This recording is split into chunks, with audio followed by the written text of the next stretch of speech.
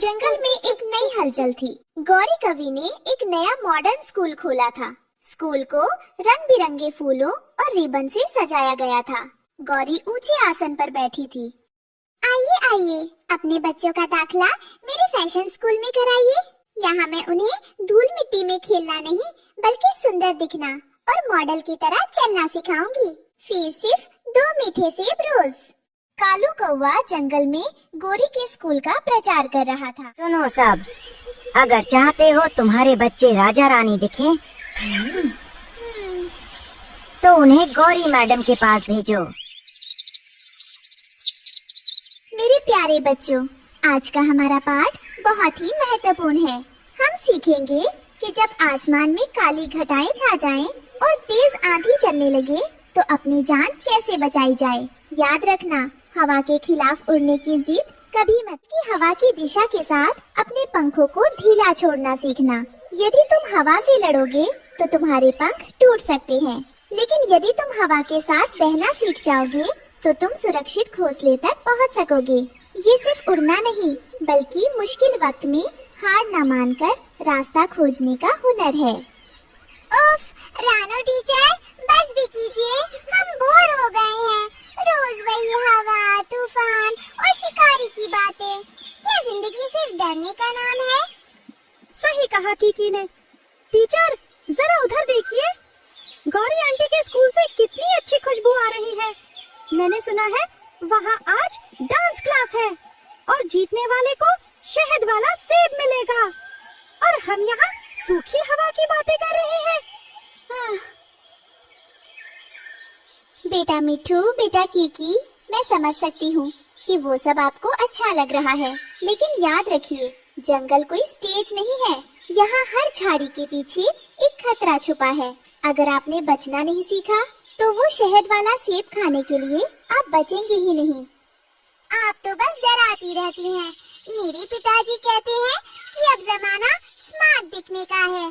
Gauri aunty हमें smart बना रही है और आप हमें मजदूर बना रही हैं। हमें ये बोरिंग क्लास नहीं करनी। अगले दिन कई माता पिता अपने बच्चों को रानो के स्कूल से निकालकर गौरी के स्कूल ले जाने लगे। रानो उन्हें रोकने के लिए चौराहे पर खड़ी हुई। हरिया भाई, आप अपने बेटे को वहाँ मत भेजिए। जंगल खतरों से भरा है। बच्चों को सुरक्षा के नियम सीखने चाहिए, फैशन नहीं। अरे रानो बहन, अब जमाना बदल गया है। मेरा बेटा सुंदर दिखेगा तो उसकी इज्जत होगी। आप अपनी पुरानी पढ़ाई अपने पास रखिए। रानो की आंखों में आंसू आ गए। उसकी कक्षा खाली हो रही थी। गौरी के स्कूल में बच्चे कतार में खड़े थे। गौरी उन्हें सजा रही थी। जग्गू, तुम बहुत साधारण लग रही हो। ये लो, अपने गले में ये चमकीली माला पहन लो और पंखों पर ये लाल रंग की टोपी पहन लो। अब तुम एक राजकुमार लग रही हो। याद रखना, जंगल में जो चमकता है वही दिखता है। वाह, मैं तो बहुत सुंदर लग रहा हूँ। रानो के पास अब सिर्फ 2-3 गरीब छात्र बचे थे। वो उन्हें मैदान में ले गई। बच्चों, आज का पाठ है छलावरण, यानी खुद को कुदरत के रंग में ढाल लेना। अगर कोई शिकारी आए तो इस सूखी घास में ऐसे छिप जाओ कि कोई तुम्हें देख ना सके। बिल्कुल पत्थर बन जाओ। बच्चे ध्यान से मिट्टी और घास में छिपना सीख रहे। आसमान में बहुत ऊपर एक खूंखार शिकारी बाज उड़ रहा था। उसकी तेज नजर जंगल पर थी। उसे भूख लगी थी। आज शिकार कहाँ मिलेगा? अरे, वो नीचे क्या चमक रहा है?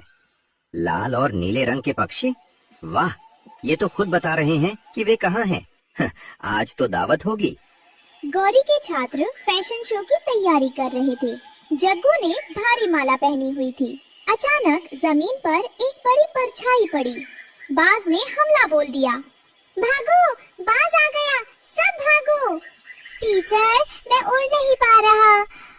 ये माला बहुत भारी है और मेरे पंख इस रंग की वजह से चिपक रहे हैं।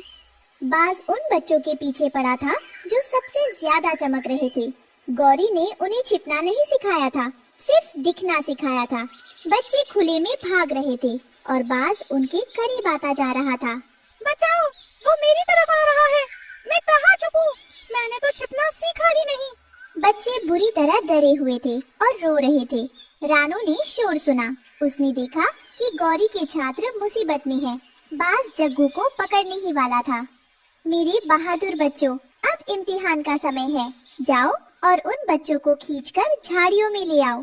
उन्हें कहना कि अपनी माला फेंक दे और मिट्टी में ले। रानू के छात्र तेजी से गए और गौरी के छात्रों को खींचकर कांटों वाली झाड़ियों के नीचे ले आए।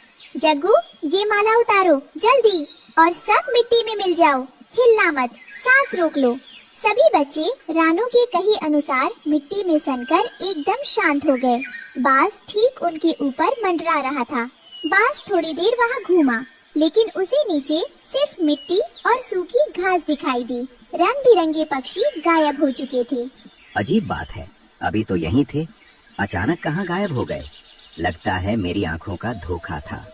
बाज वहाँ से उड़ गया। बच्चों की जान बच गई।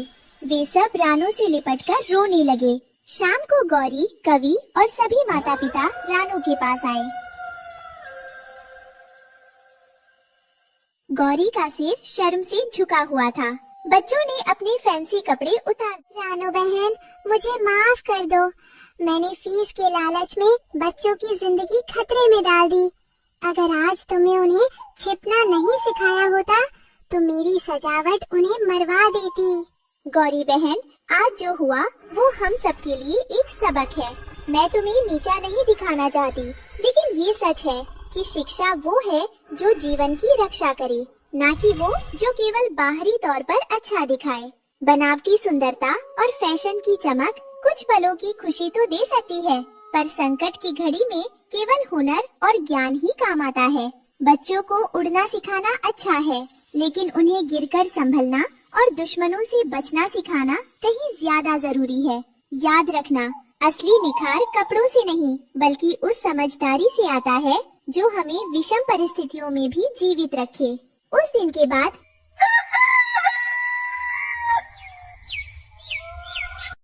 जंगल का फैशन स्कूल बंद हो गया। सभी ने समझ लिया कि असली स्कूल वही है जो जिंदगी जीने का तरीका सिखाता है।